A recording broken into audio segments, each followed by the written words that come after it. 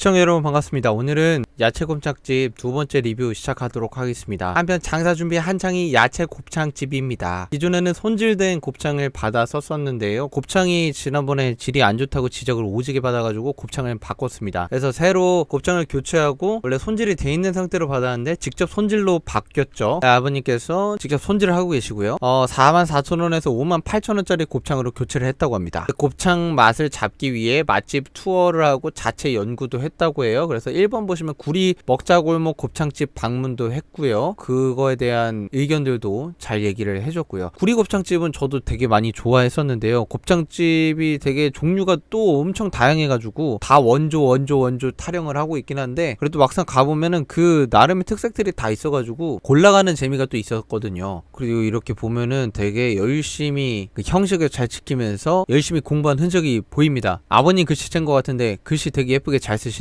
의외로 실천하기 힘든 동종업계 모니터링, 그러니까 다른 식당들 가서 이렇게 맛보고 모니터링 하는 게 되게 쉽지가 않다라고 얘기를 하고 배울 건 배워야 한다라고 하는데, 김성주 아나운서가 방송 모니터링 할 때 라이벌이다 싶으면 모니터링 잘 안 하게 된다라고 얘기를 하는데, 저도 MC잖아요. 다른 MC로서 다른 MC들 영상들, 진행하는 영상들 보는 게 생각보다 그게 성실하거나 진짜 필요하다고 느끼지 않으면은 잘 안 하게 되고, 그리고 김성주 아나운서가 말하듯이 그 사람보다 내가 더 잘한다라고 생각을 하면 잘 안 하게 되는 그런 경향이 있어요. 확실히 저도 김성주 아나운서랑 비슷한 업종이기 때문에 좀 많이 느끼는 것 같아요. 근데 그런 식으로 모니터링을 할 줄 알고 또 더 나아가서 자기가 진행한 영상을 자기가 모니터링을 꾸준히 할 줄 아는 사람이 성공을 한다고 많이들 얘기하시거든요. 근데 그러기가 쉽지 않은 것 같아요. 개선점을 요약을 하면 곱창을 교체하고 양념장을 보완해라 라고 저번에 얘기했었는데, 이번에 와서 지적을 합니다. 그 책상을 왜 평행으로 이렇게 뒀었냐, 한쪽 벽이 뚫려있어서 사고 위험이 있다 해서 지금 사진에 보이시는 대로 이런 식으로 교체를 해라, 벽에 붙여라 라고 지적을 해주셨고요. 왜냐면 그렇게 안 하고 평행으로 두면은 술 먹다가 이렇게 뒤로 자빠질 수 있다 해서 채소 넣기 전에 양념 먼저 버무리기로 변경을 했다고 하고요. 그렇게 하니까 곱창의 간이 더 잘 배는 것 같다. 그리고 늘러붙지 않게 물을 살짝 넣고요. 드디어 곱창 특유의 당기는 맛을 찾았다고 합니다. 백종원 대표님이. 예전 곱창과 비교해보니까 곱창의 잡내가 확실히 덜해졌다고 해요. 이 정도만 해도 괜찮은데 근데 뭔가 한 방이 부족하다고 해요. 손님을 찾아오게 할 만한 이곳만의 색깔 있는 곱창이 되게 필요하다고 느껴졌나봐요. 기본은 잡았지만 개성이 필요하다. 뭔가 번뜩 생각이 나셨는지 생곱창을 그릇에 담아가지고 옆 동네 삼겹구이집이 새로 장만한 그릴에다가 올려가지고 익혀봅니다. 불맛으로 싹 볶아온 다음에 이걸로 볶아보라고 얘기를 하고요. 불에 다져진 곱창들이 철판 위로 바로 올라옵니다. 기존 조리 방식과 똑같이 하고요. 양파, 양배추, 당면, 불고기 냄새가 난대요. 갑자기 냄새가 다르죠? 그럼 성공한 것 같은데? 라고 하고 시식을 하게 됩니다. 그래서 지글지글 거릴 때까지 못 참겠다고 하면서 먹어보는데 대박이라고 합니다. 꼼장어 맛이, 아버님이 드시고 나서 꼼장어 맛이 난다고 하니까 백종원 대표도 동일하게 맞다, 꼼장어 맛이다 이렇게 얘기를 하고, 곱창 정인선 선생님을 모셔봅니다. 정인선 씨가 먹고 나서도 직화 초벌 곱창이라고 예전 거에 비해서는 무조건 이걸 먹는다 라고 얘기를 합니다. 불맛이 엄청 대단하게 느껴진다고 하고 나도 먹고 싶다.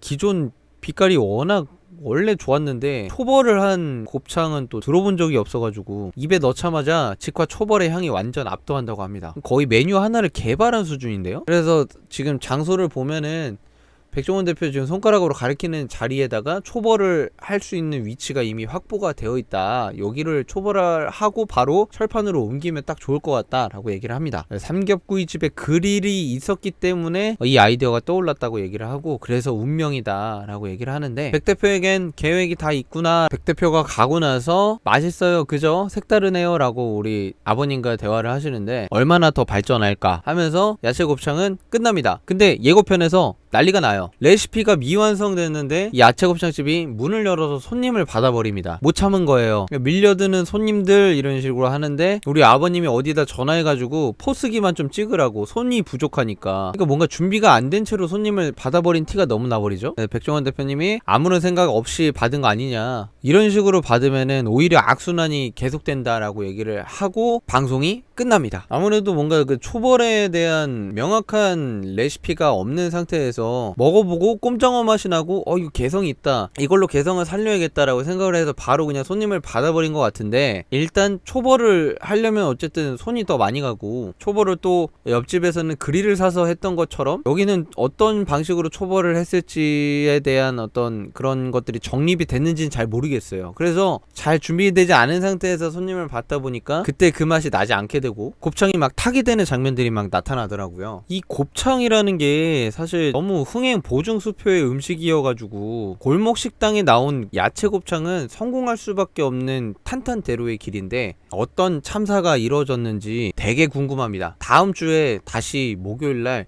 이 시간에 찾아뵙도록 하겠습니다. 구독자님들 좋아요 한 번씩만 눌러주세요. 감사합니다. 꼬박.